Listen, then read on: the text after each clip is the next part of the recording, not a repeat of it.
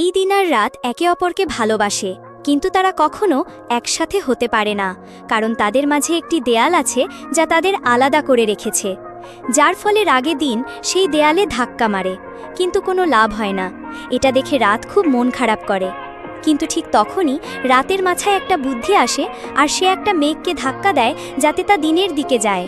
আর তখনই সেই দেয়াল হঠাৎ করে গায়েব হয়ে যায়।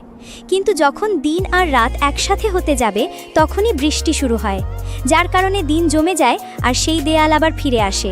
তবে দিন হার মানতে রাজি ছিল না, তাই সে সূর্যের কাছে যায় এবং সূর্যের একটা টুকরো রাতের দিকে পাঠিয়ে দেয়।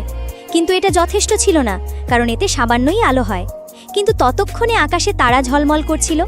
এটা দেখে দিন আবার সূর্যের কাছে যায় এবং তাকে ধাক্কা দিতে থাকে, কিন্তু এদিকে দেয়ালও ধীরে ধীরে এগিয়ে আসছিল।